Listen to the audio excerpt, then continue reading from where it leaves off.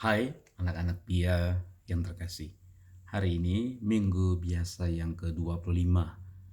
Injil yang kita renungkan adalah Markus 9 ayat 30 sampai 37 tentang pemberitahuan penderitaan sengsara Yesus untuk yang kedua kali dan juga tentang siapa yang terbesar.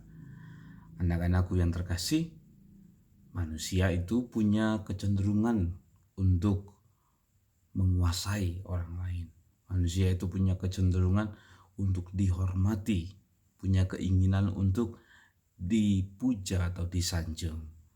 Nah, kalau misalnya kita punya mainan dan saudara kita punya mainan yang lebih bagus daripada kita, kadang-kadang muncul keinginan supaya mainan itu ada dalam genggaman saya. Saya memiliki mainan itu. Maka kadang-kadang kakak dan adik bisa bertengkar ya gara-gara misalnya satu boneka saja. Nah, itu adik-adikku ternyata sudah uh, merupakan kecenderungan manusia setelah manusia jatuh dalam dosa. Nah, hari ini Yesus memang mengatakan kepada para muridnya ketika mereka mau ke Yerusalem bahwa dia atau anak manusia, dia menyebut dirinya anak manusia, akan menderita, akan diserahkan ke dalam tangan manusia, dan kemudian nanti akan dibunuh. Nah, spontan para murid tidak paham atau tidak mengerti apa maksud pernyataan Tuhan. Padahal sebenarnya kita dengan mudah dapat mengerti bahwa Yesus memang sebagai Mesias, ia harus menderita, ia harus mengorbankan dirinya, ia harus mempersembahkan dirinya, ia harus menyerahkan dirinya sebagai kurban silih atas dosa-dosa kita. Nah, ironisnya atau menjadi sesuatu yang membuat kita tidak mengerti dengan para murid, yaitu ini ketika Yesus memberitahukan tentang kesengsaraan yang akan ia alami dan kematian yang akan ia alami dan kebangkitan nanti sesudah kematiannya, para murid justru menanggapinya dengan diam, tidak bertanya. Dan sebetulnya apa yang ada dalam hati para murid saat itu ialah apa? Yaitu mereka tidak bisa memahami, mereka tidak bisa menerima Yesus yang akan mati. Tetapi lalu kemudian saat mereka hendak pergi ke Yerusalem, justru mereka mempersoalkan sesuatu yang berlawanan dengan apa yang tadi Yesus baru sampaikan. Maka ketika Yesus bertanya apa yang mereka sedang perdebatkan atau perbincangkan, para murid lalu terdiam.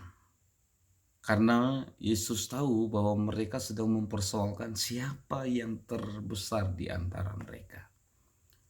Nah, ini lalu menjadi sebuah kesempatan bagi Tuhan untuk memberikan pengajaran kepada para murid dan kepada kita.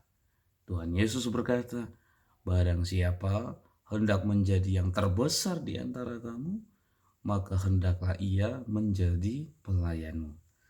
Nah, dan tidak cukup hanya itu.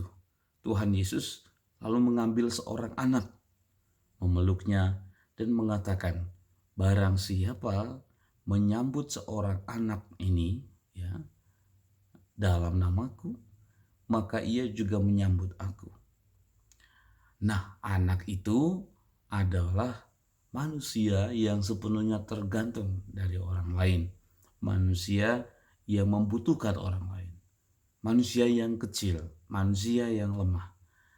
Nah, Yesus berkata, barang siapa yang mau melayani ini, ya, barang siapa yang mau menolong orang seperti ini dalam nama Yesus, maka orang itu akan menyambut Yesus sendiri. Nah, jadi adik-adikku, Tuhan Yesus hari ini berkata, barang siapa yang terbesar dia harus menjadi pelayan. Dalam arti ia harus memikirkan dirinya ia harus memikirkan dirinya setelah memikirkan orang lain. Nah, ini pelajarannya. Kalau adik-adikku sungguh-sungguh menjadi anak Tuhan, belajar pertama-tama untuk memikirkan orang lain. Mulailah dari hal-hal yang sederhana, ya. Contoh soal makanan, contoh soal menyisihkan uang jajan, ya. Mulai memikirkan orang lain. Sehingga nanti kalau kita menjadi dewasa, kita sungguh-sungguh mampu untuk seperti Yesus kehendaki hari ini. Sungguh-sungguh mau menjadi pelayan bagi orang lain.